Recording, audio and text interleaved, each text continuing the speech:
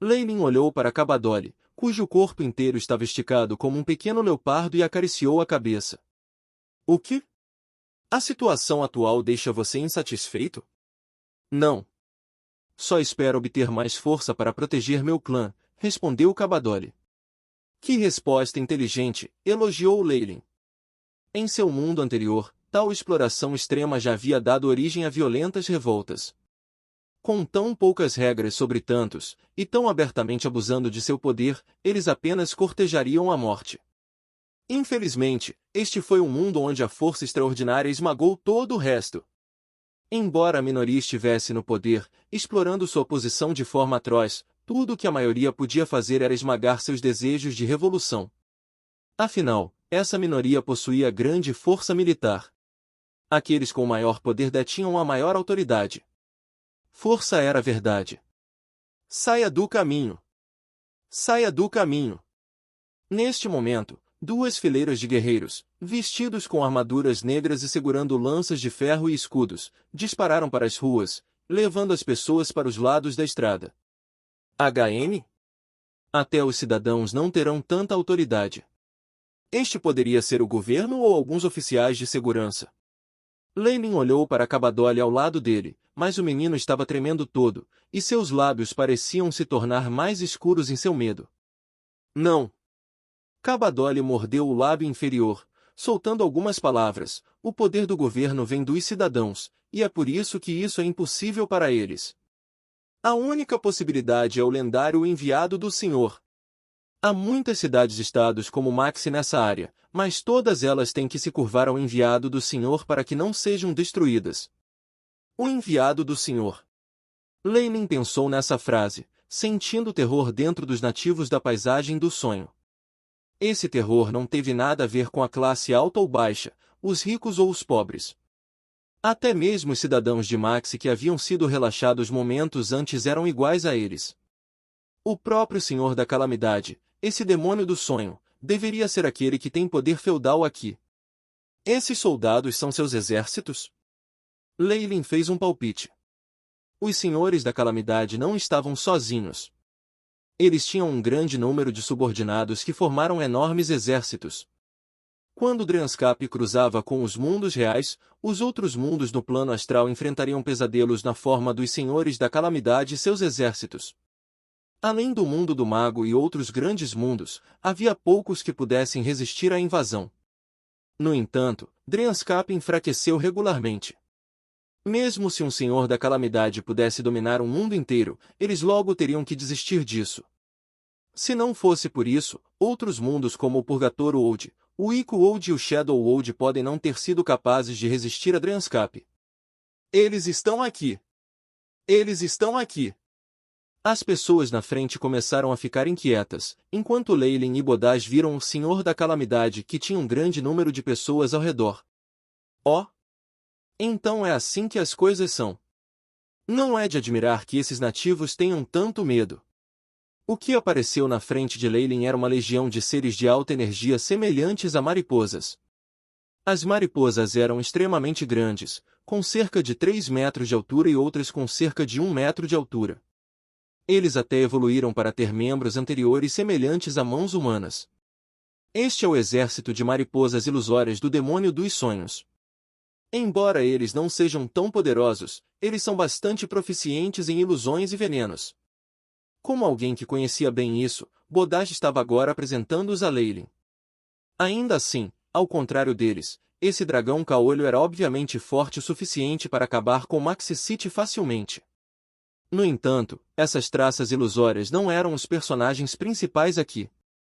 No centro deles estava um humano. De fato, um humano. Este era um nativo de Dryanscap, com a pele amarela e cabelos ondulados. As tatuagens vermelhas em seu corpo indicavam que ela não era da tribo das Flores Redud, mas com um único olhar para ela, Kabadoli rapidamente cobriu sua boca. A maioria dos outros cidadãos de Maxi fez o mesmo, parando seus gritos iminentes de terror.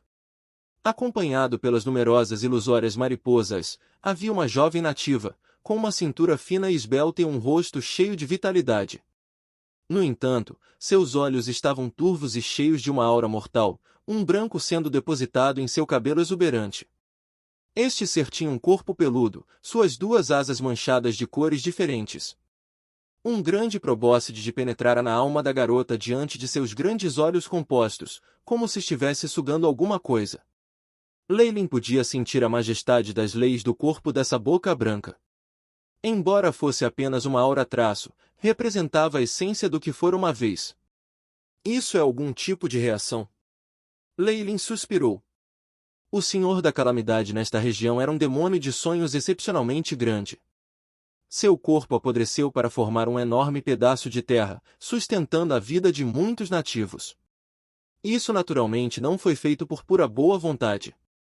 Mesmo os senhores da calamidade mais poderosos na paisagem do sonho tinham que se selar, lutando contra a força do sonho enfraquecido. Mesmo se o fizessem, seriam atormentados pela neve destrutiva, minados de sua força. Demônios de sonho fizeram algo diferente. Eles usaram os corpos para nutrir um grupo de nativos, dividindo suas trutas e entrando nos sonhos de todos os seres que viviam em seus territórios. Isso os ajudaria a fugir da neve destrutiva, permitindo que esperassem a fraqueza da força mundial de origem. Confiar nos sonhos das pessoas para preservar sua vida permitiu que os demônios dos sonhos manejassem a maior parte de sua força mesmo depois de serem selados. Os habitantes que estavam sendo protegidos entregariam parte de sua força da alma, em troca, obtendo uma chance de sobrevivência. Este foi um comércio que beneficiou ambas as partes. No entanto, houve situações inesperadas que podem surgir. Embora os demônios do sonho controlassem cuidadosamente a ingestão de energia, eles ainda eram lordes da calamidade. Se fossem agitados pelos sonhos dos nativos, e sua absorção, sem saber, aumentasse, as coisas seriam desastrosas. Apenas 0,0000001% do poder da alma de um demônio do sonho poderia facilmente absorver toda a vida de um nativo. Uma vez que o nativo morresse, esses demônios oníricos também perderiam um corpo para se unir, enfraquecendo-se rapidamente enquanto aguardavam a morte. Embora esse processo fosse irreversível, ainda havia exceções. Se o demônio do sonho percebesse com um tempo que havia absorvido demais, o controle perfeito repararia o equilíbrio do relacionamento simbiótico. No entanto, o nativo ao qual eles estavam ligados teria sido absorvido grandemente, inclusive de suas almas. Eles se tornariam uma casca vazia. Essa concha era na verdade um enorme tesouro para um demônio dos sonhos. No mínimo, não deixaria problemas com sua sobrevivência. Com outra camada de proteção de um nativo, não havia necessidade de ter medo dos efeitos de estar em um ambiente que estava enfraquecendo. Também poderia reter alguma força e influência sobre o mundo exterior. Esses humanos que eram controlados tinham outro nome no mundo, os enviados do Senhor. Sendo criado pelo demônio do sonho, nativos como Kabadoli e até mesmo cidadãos das cidades-estado ou seus líderes, todos tinham parasitas dentro deles. Vendo o enviado do Senhor, era compreensível que eles sentissem angústia. 1. Assim que Leilin e Bodaj avaliavam o enviado do Senhor, a garota com a traça na cabeça também se virou para olhar para eles. Eu nunca pensei que seria capaz de ver convidados de outro mundo aqui! Exclamou ela, com os olhos ganhando algum vigor. Um consciente espantoso começou a despertar na menina. Naquele momento, Leilin até viu o corpo de um demônio dos sonhos se movendo através do universo, espalhando asas que poderiam cobrir um pequeno mundo quando cumprimentasse. Somos apenas viajantes em turnê pela área e, inadvertidamente, entramos em seu território. Leilin não ficou tão surpreso com isso. Enquanto aqueles como Kabadoli tinham uma parte da Truezou do demônio do sonho em seus corpos, esses fragmentos estavam em sua maior parte em sono. Eles só podiam absorver inconscientemente a energia dos sonhos como alimento. No entanto, a Tro-alma dentro de um enviado estava acordada, possuindo uma poção do consciente do corpo principal. Isso facilitou a identificação de Leilin e Bodaj, que não fizeram nada de especial para se esconder. Os lindos olhos do enviado do Senhor rodaram em direção ao dragão de um olho, seus próximos trabalhos fazendo com que Leilin se voltasse amargamente. Lembro-me do cheiro do seu espírito. Você é a pessoa que cobiçou meu tesouro. Aquele miserável dragão ganancioso realmente quis uma vez o seu tesouro antes. Ah, he. Haha, o tempo está bom hoje. Haha. Bodash esfregou a cabeça e começou a rir secamente. No entanto, o tesouro de seu humilde servo deve ter desapontado meu senhor. O enviado do senhor estava agora ocupado por um poderoso consciente. Leyline estimou que o consciente desperto agora estava completamente reunido aqui. No entanto, ela parecia ser excepcionalmente despreocupada e até pedia desculpas a Bodash como uma dama inteligente. Oh, não é nada. Não tenho muito interesse em sonhos que são como bolhas. Bodash balançou os braços e falou sem rodeios. Apologize. Leyline pressionou a cabeça de Bodash e depois sorriu desculpando-se ao enviado do Lorde. Minhas desculpas. Esse cara tem um parafuso solto. Se você não se importa, podemos discutir isso em outro lugar, o enviado de Oda apontou para longe. Os nativos e cidadãos de Max estavam atualmente congelados, especialmente alguns seres com grinaldas de oliveira dourada na cabeça que pareciam ser membros do governo. Claro.